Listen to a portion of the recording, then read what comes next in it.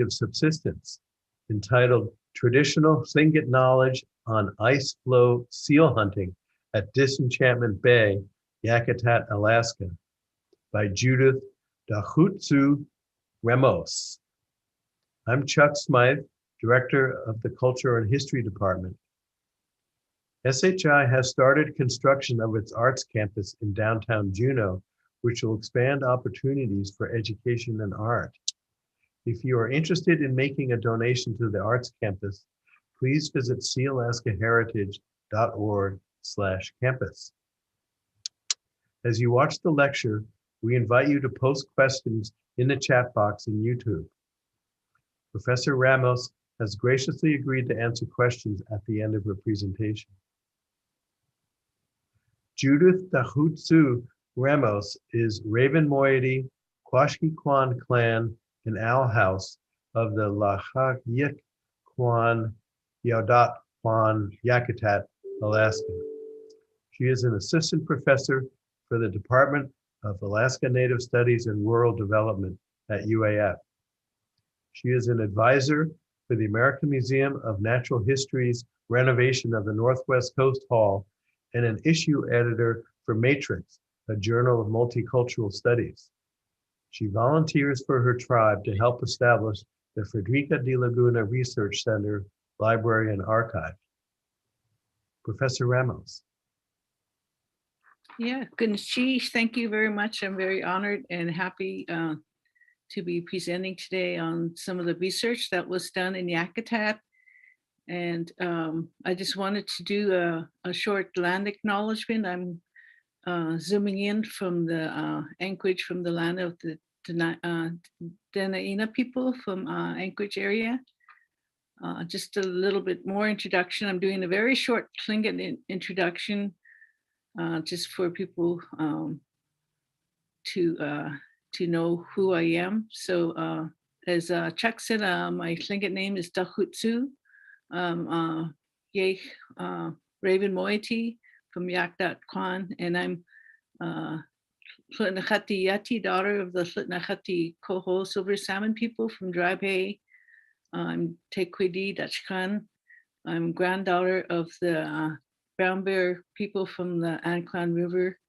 My grandfather was Olaf Abraham. My grandmother was Susie Bremner. She was born in Bering River in Katala area, up north of Yakutat. My father's people are from Dry Bay, and my mother's family is Quashkekwan. So thank you very much. I'm very pleased and happy to be sharing a little bit of my research that we conducted. I just giving short examples of some of the interviews that came out as a result of the research from mostly elders from Yakutat that we interviewed for this project. And it is all very much place-based knowledge. It's very much centered around the Disenchantment Bay of Yakutat. So I'm gonna go ahead and start. So.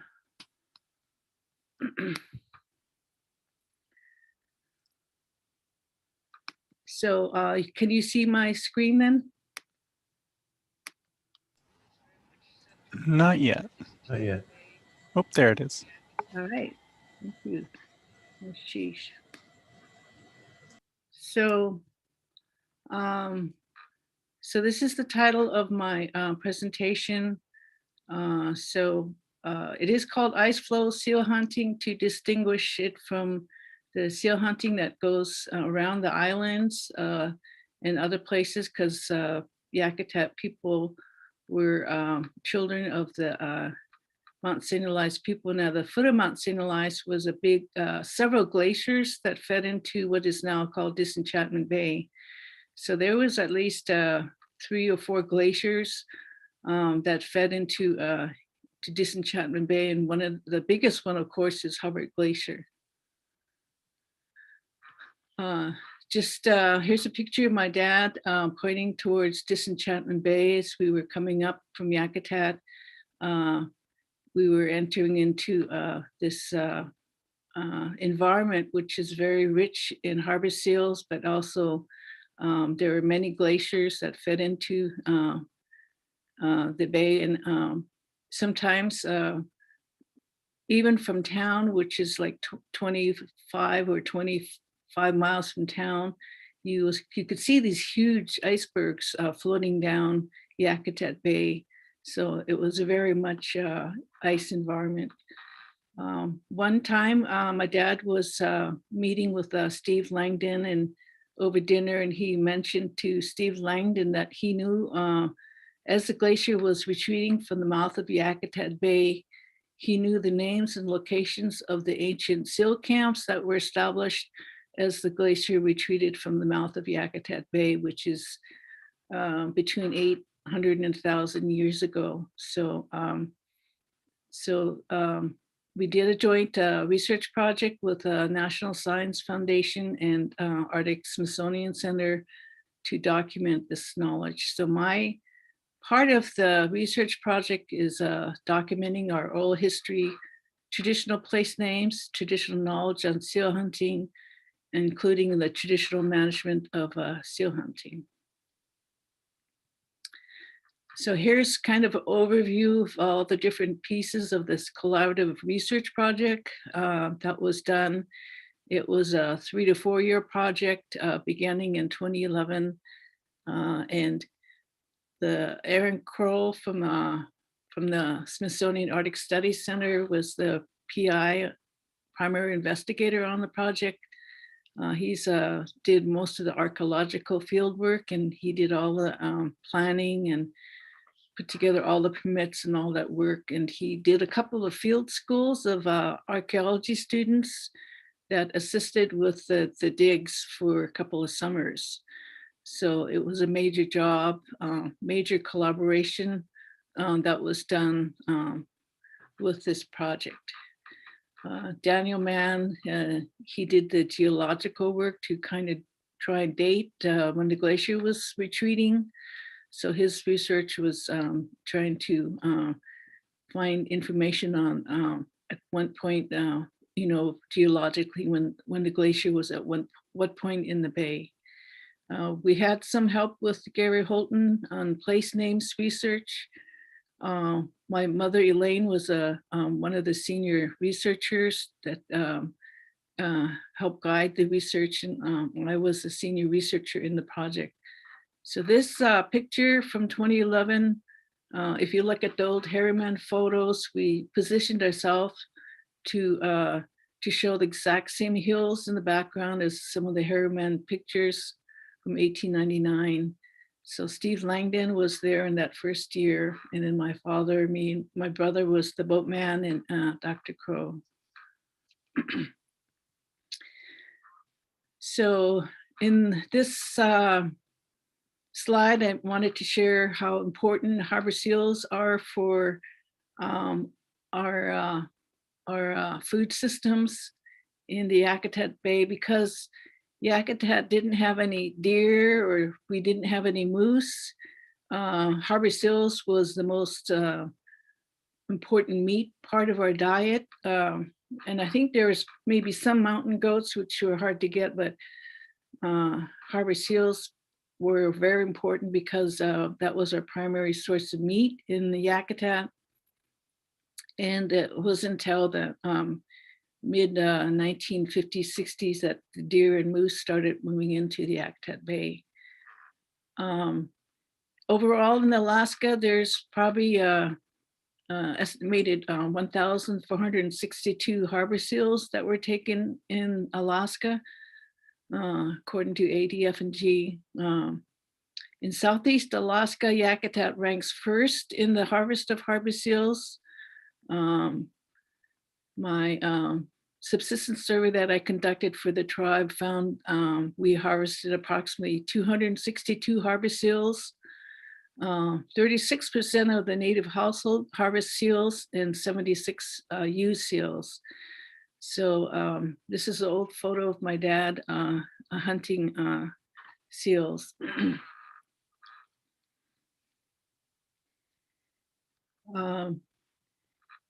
There was some photo documentation of some of the old seal camps from the Harriman exhibition in 1899. And it showed a transition period when some people were still living in the bark tents, and their transition over to the canvas tents. So it was a time of kind of going from a traditional way of living and starting to use the modern equipment. So they're probably hunting primarily with guns at this point, but still you could see a few of the bark tents. You can see people stretching seal hides there, and then smoking it up there and rendering the seal oil. And so this is the camp where a lot of the people lived, and we're fleshing out the seals. So the Herman exhibition witnessed the huge scale of the Yakutat seal harvesting. They estimated between 300 and 400 people were there at this camp, and they were from Yakutat, but some came far away as Juneau and Sitka's, what they estimated. The elders that we interviewed talked about how this was part of their subsistence rounds.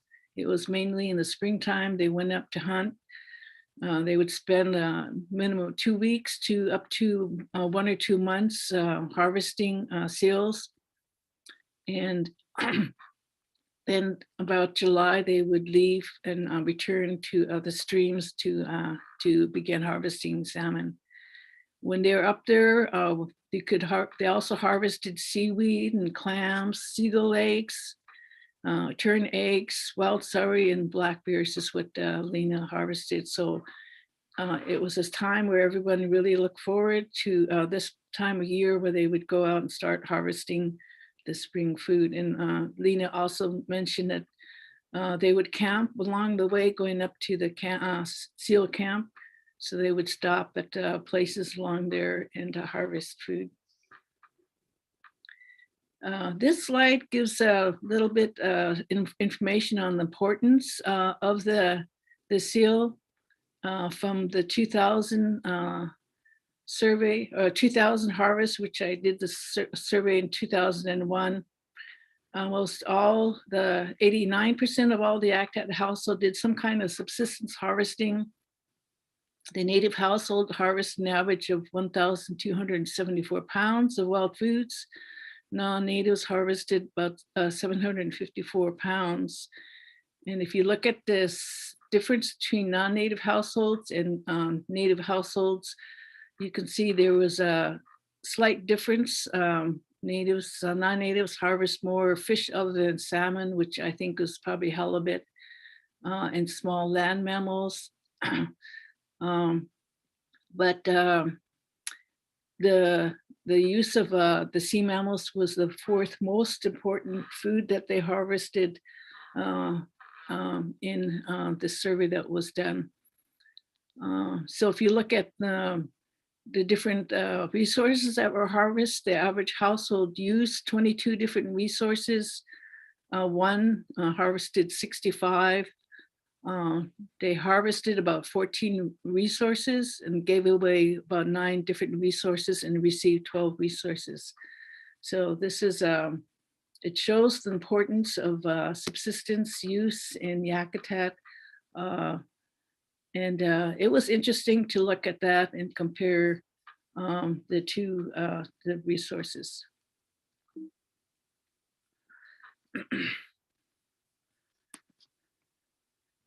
So this is a photo of, a map of where we historically harvested seals. We harvested up through Yakutat Bay, Disenchantment Bay, Russell Fjord, Nunatak Fjord, Icy Bay, and the mouth of the Seatuck and Dry Bay to East River. But Icy Bay was another important area where they harvested seals. And it was also a very important commercial area where to harvest seals. There was a lot of commercial seal hunting done up in Icy Bay. I just wanted to show this slide to talk about what is indigenous knowledge.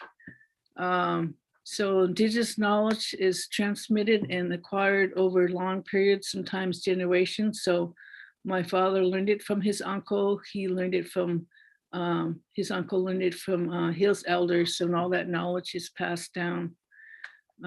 Some aspects of indigenous knowledge cannot be translated or observed. So we have specific terms, and that's only those terms are only used or acquired in the Yakutat area, so it's very specific to Yakutat. Their spiritual aspects of indigenous knowledge is not accepted by science, but it's the basis for human-animal interactions in indigenous societies. And some beings like glaciers have special treatment, beliefs, or rituals. So when we arrived up there for the research, my father did a blessing ceremony. We always put tobacco in the water for the spirits of that area. And also we do offerings for the glacier, special offerings to Hubbard Glacier. So some of the questions that I was inquiring about in my research was the role of men and women, the training of hunters, what kind of equipment and techniques were used, methods of hunting, the selection of animals, seasons, and hunting areas, traditional methods for processing seal and hide, and the traditional names for seal anatomy. So this is a photo of my great aunt flushing a seal out up at one of the Harriman photos. So here's another picture of my brother and dad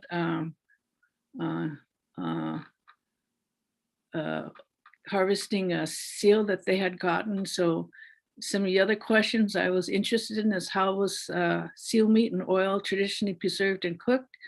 What other uses did they have for the seal and oil other than just the meat? And then it was used for clothing or medicinal uses, and was it used as a trade item? The first couple, we have over 70 interviews that was conducted over the life of the project. So this is a video from the first year where we were mapping and documenting the places, the traditional camps that were harvested and the names of places and the areas that were used.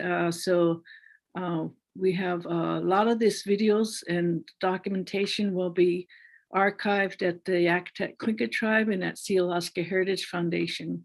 So I think Dr. Crow is now finishing up the indexing and organizing all the video files and oral recordings.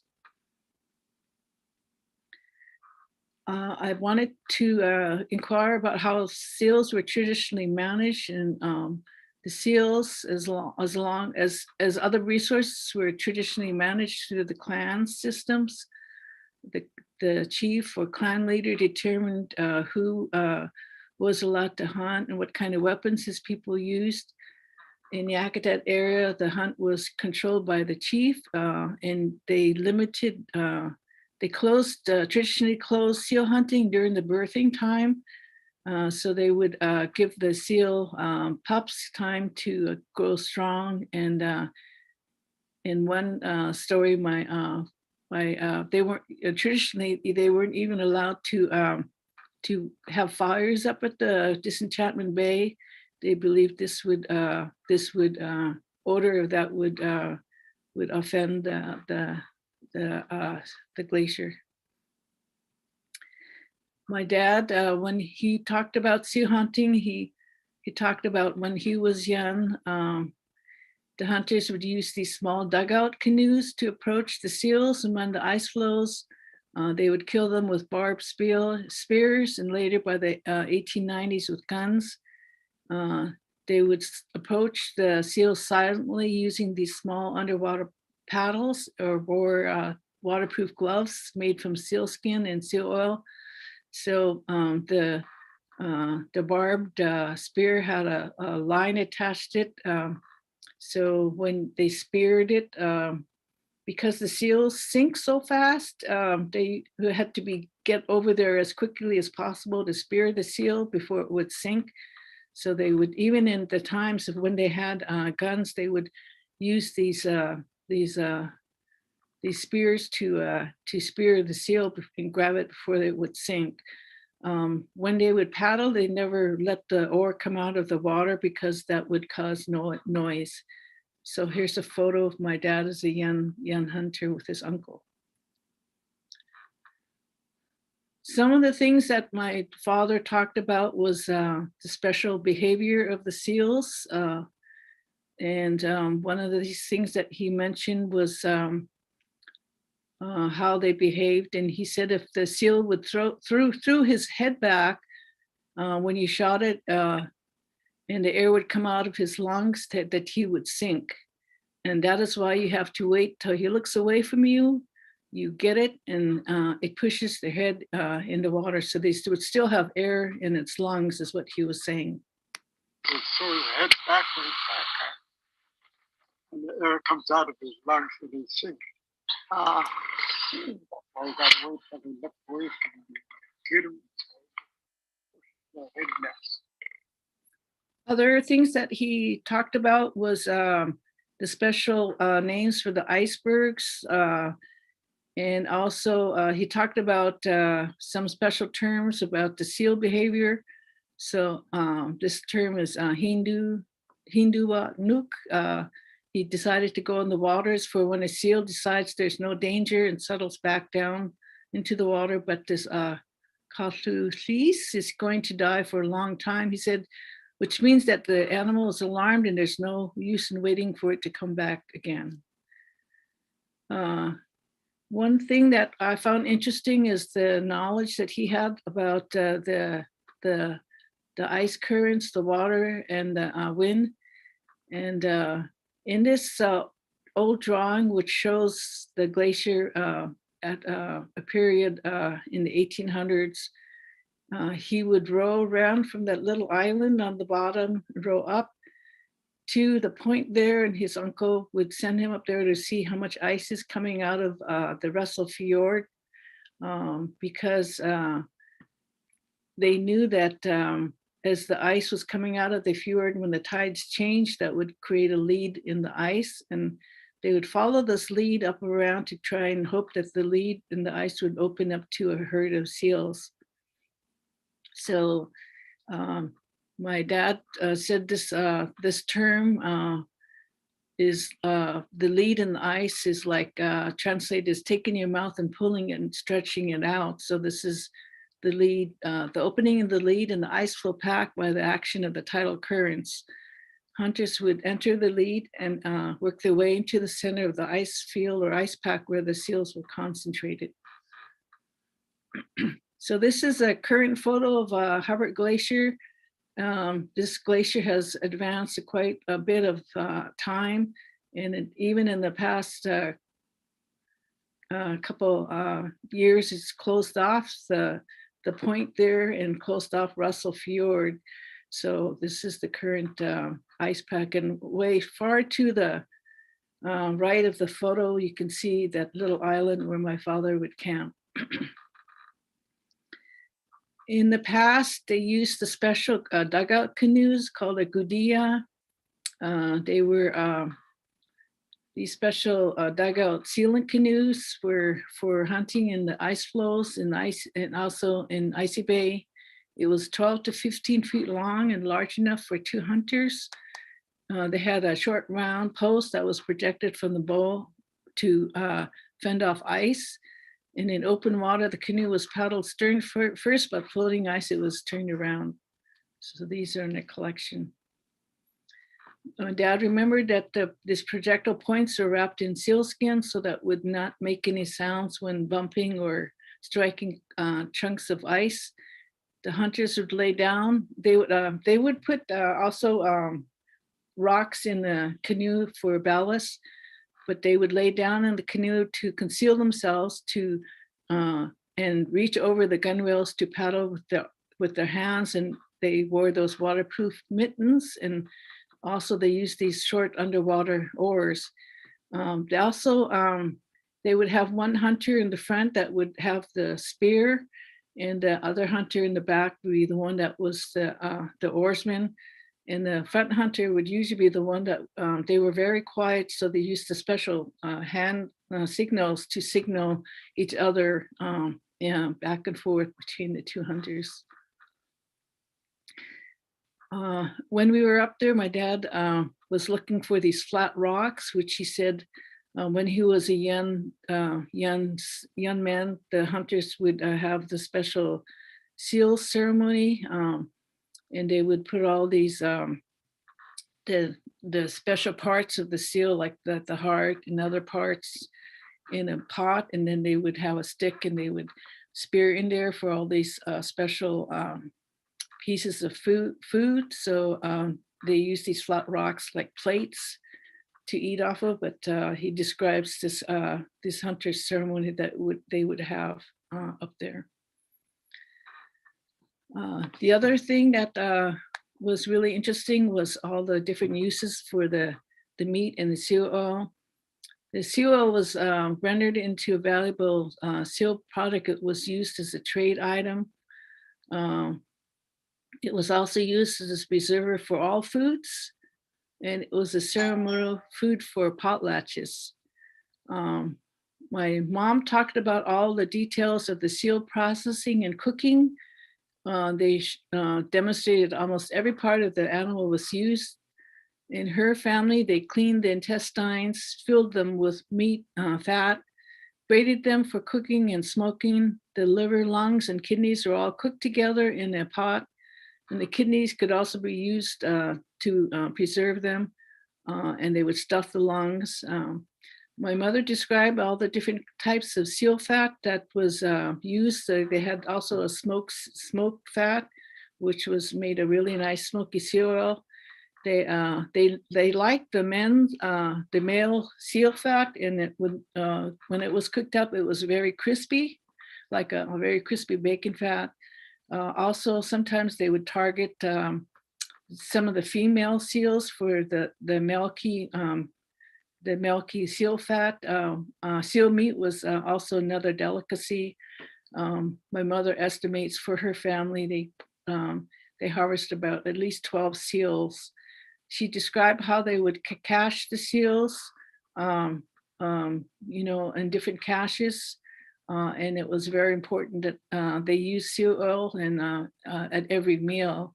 And it was a major preserver for all the foods that they would use. So she described they used traditionally the bentwood boxes, but then during trade, they would trade for metal containers and things like that for the seals.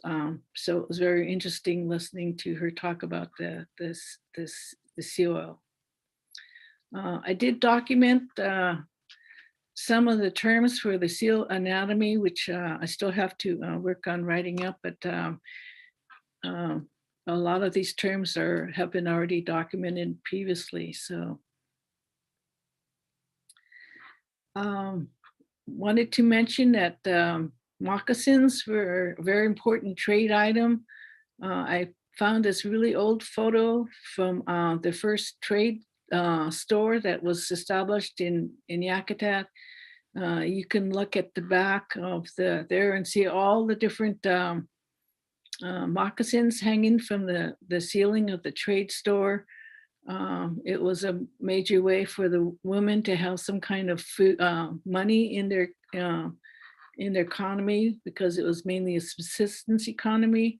So you can see tons of these moccasins and all kinds of collections and things like that. So, a woman could make up to 50 moccasins a year, sometimes for trade and for commerce. So it was a real important commerce activity. The other thing that we were interviewing on was when the seals became a part of seal bounty. There was a time when the Alaska Fish and Game decided that the seals were a nuisance to salmon and put a bounty on the noses of the seals. So this was a major commercial activity. men would go out and harvest seals for the seal bounty time. So that was also important. But you look at a lot of the old photos of women sitting on the dock there and selling a lot of the seal, the baskets and also the seal products. So it was a major activity for the women. So you look at the collections. I was trying to find interesting information on the different collections that are housed in the museums. I found these seal intestine bags and the seal bladder, things like that. One of the things that we were looking at from the research is when they were up there, they had these things called the seal pokes. So the seal pokes were used to store all the rendered oil. So they would take the whole skin itself and they would fill it up with the rendered oil. And then my mother said that they would stuff the grass on top of it. And this is the major way that they preserve the seal oil. And so they would bring back all the seals and these seal pokes. So this is a major family activity that everybody was involved. And so they used every part of the seal from the oil into the hides and the meat. So I wanted to mention that this information is available with this publication that I have, which is the Tlingit hunting along the edge. So this is the ice floe seal hunting that was published in the Arctic Crashes. And then a couple of YouTube articles that were done that is available. Dr. Crow is publishing a couple of the papers on there, and the one that's coming out recently is What Really Happened, which is a narrative from Southeast Alaska. So all this information, the oral histories and all the interviews are going to be archived and available there. So this is a picture of one of the archaeology students camps that was done. Also one summer, I helped with the city to send some of the young Yakutat youth up there to work alongside one of the archaeological camps. So they got to work along the side of the archaeologists and learn about the how to do archaeology. And so that was done on one of them. One of the other things I wanted to mention was after the first camp, the elders were brought up and we did a blessing ceremony. And we did talk about this in the last presentation Erin and I did for the tribe.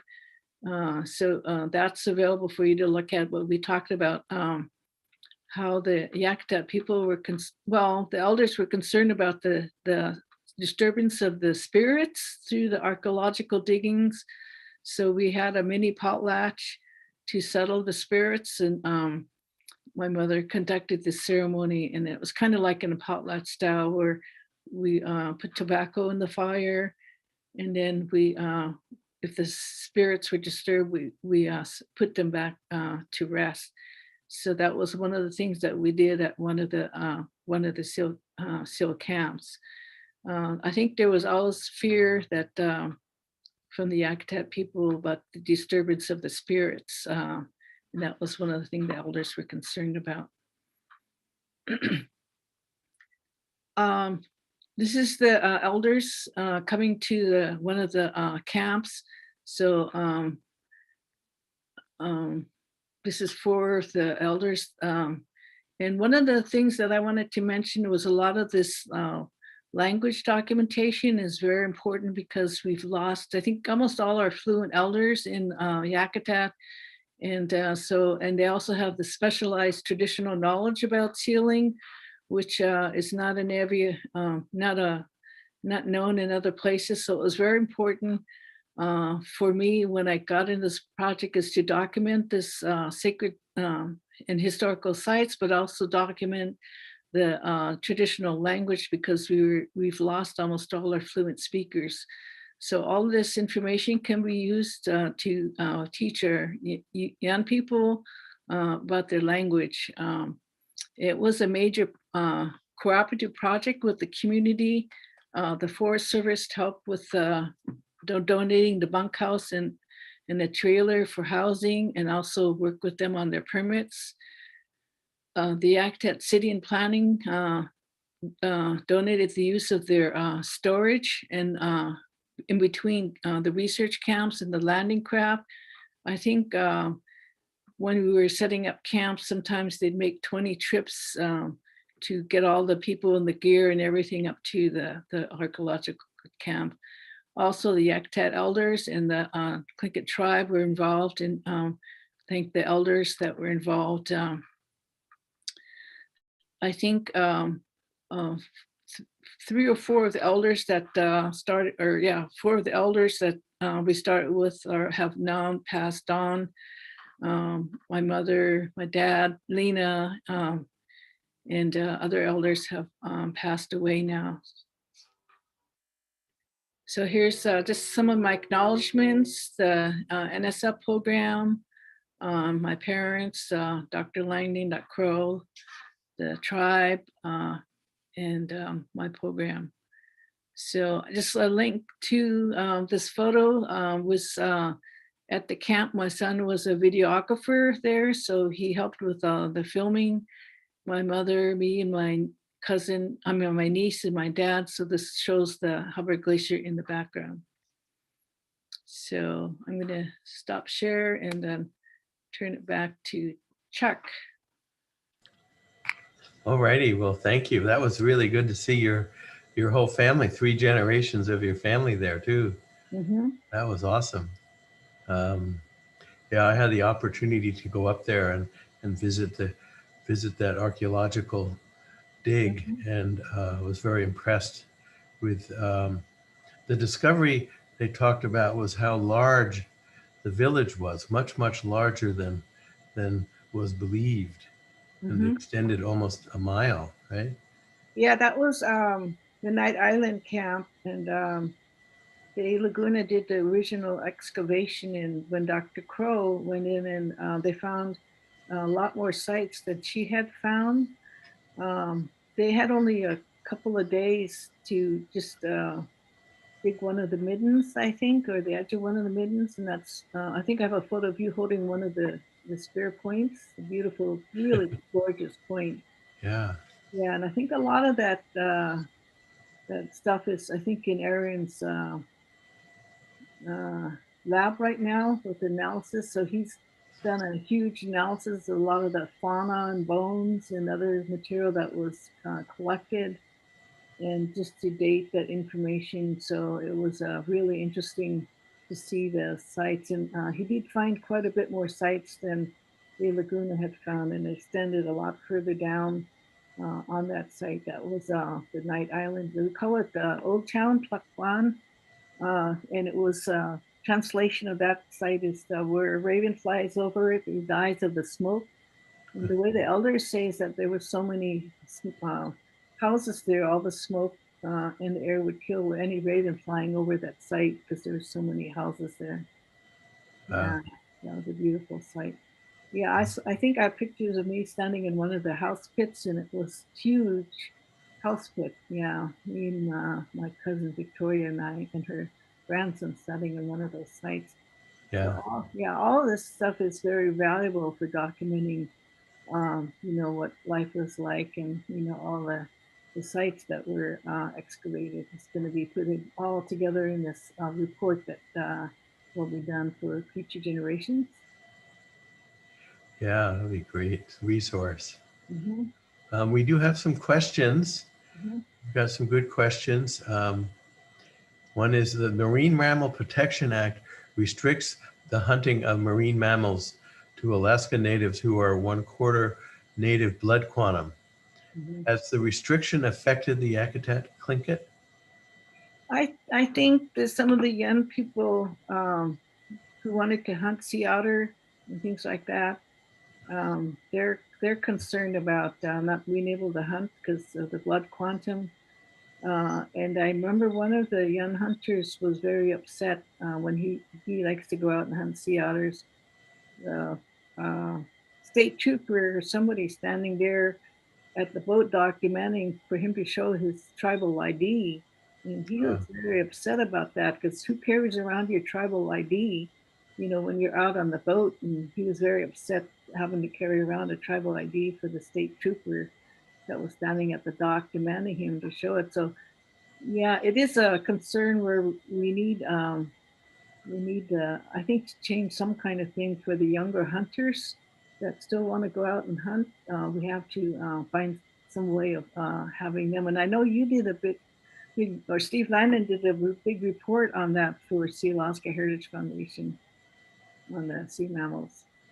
Yeah, we did a study of that, a statewide study of the changing demographics and the changing proportion of Native younger people who are less than 1/4 blood quantum, and in certain regions it's becoming quite a difficulty to overcome, and looking. So we'll be looking into what to do about that, and if changes can be made legislatively, or how that might be adjusted. So younger people and grandparents can't take out their grandchildren to show them how to do it too, to pass on the skills and the knowledge. So that's a challenge. Another question is the seal used as a crest by any Yakutat clan?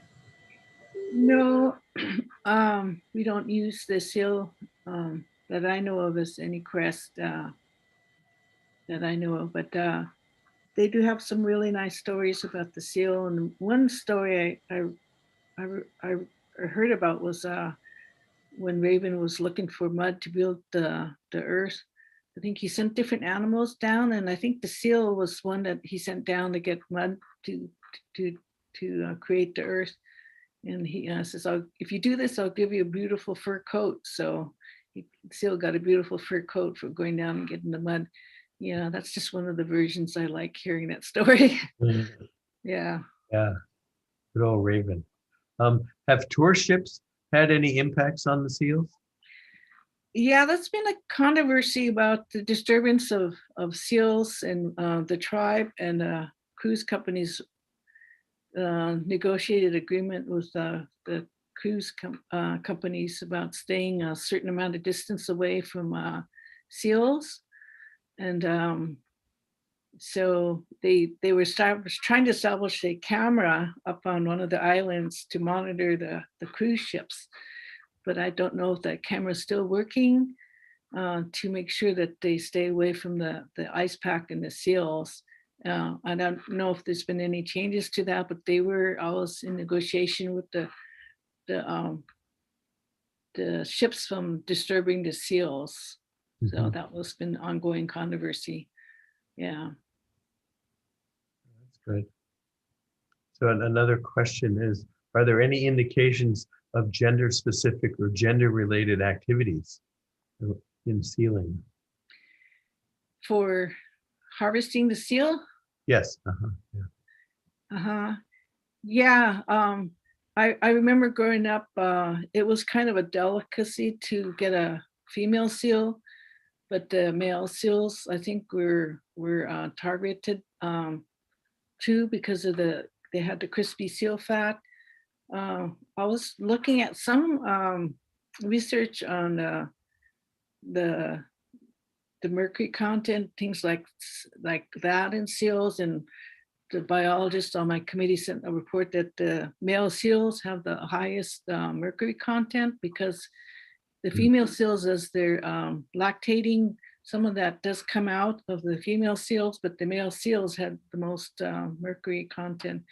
But I remember, I think they do target male seals because of the fat, but occasionally they would harvest female seals, and it had a very rich, milky meat texture on the female seals.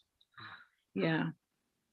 Was there any kind of division of labor between males and females in terms of harvesting or processing the seal?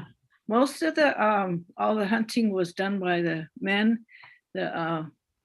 All the female did all the processing of the seal, all the fleshing, the smoking, and all that work was done by women. So like when you saw that photo, the early picture of the photo, you see all the women sitting on the beach fleshing out the seals, and then rendering out all the oil, and then doing the smoking of all the seal meat and things like that. And that was all the females were. Yeah, I think sometimes the men would help with that work, but it was mainly the women that did all that work. Well, a number of people said, Gunesh Chish and Kiana for sharing.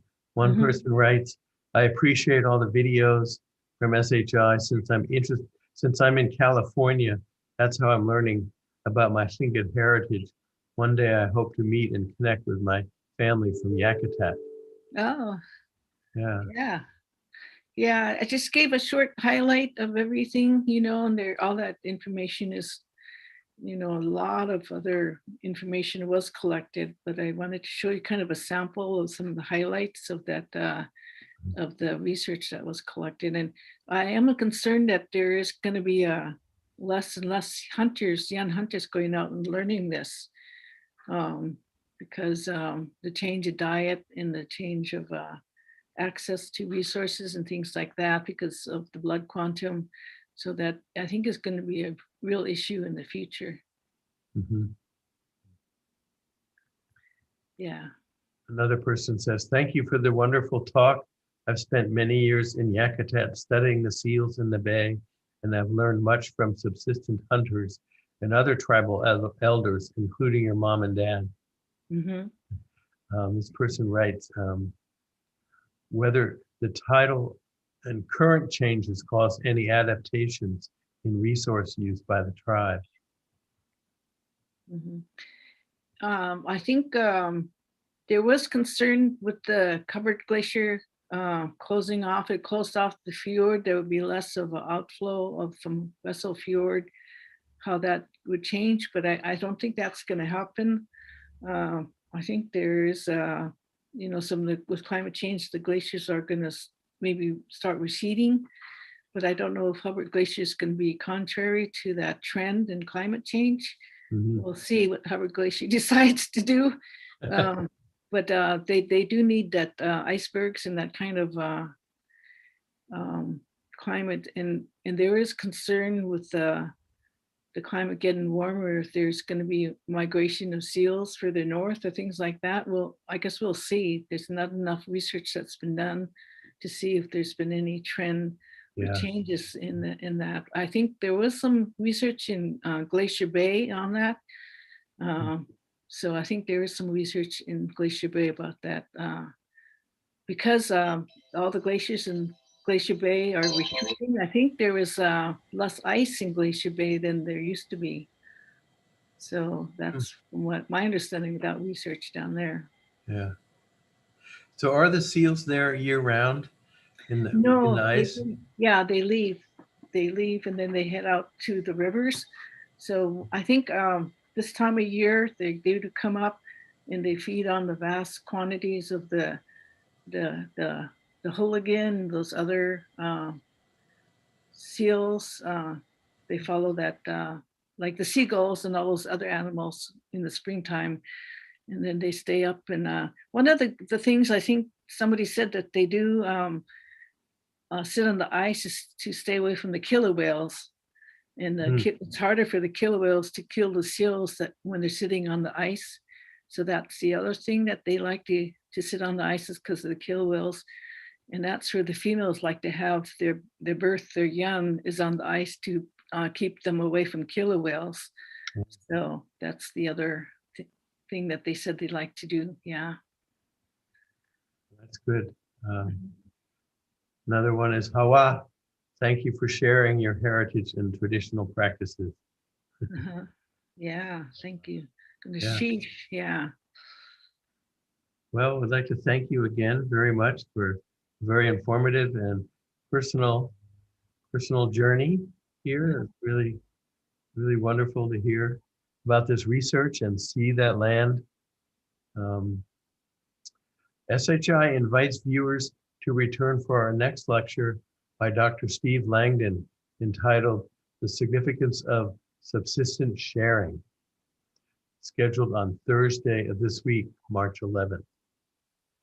We have a link below the YouTube video here for a survey we hope you will take a moment to complete. This will help us to continue improving our lecture series and also allow our funders to measure the impact of the program. SHI has started construction of its arts campus in downtown Juneau, which will expand opportunities for education and art. If you are interested in making a donation to the arts campus, please visit sealaskaheritage.org/campus. Thank you all again and see you on Thursday. Thank you. Nishish.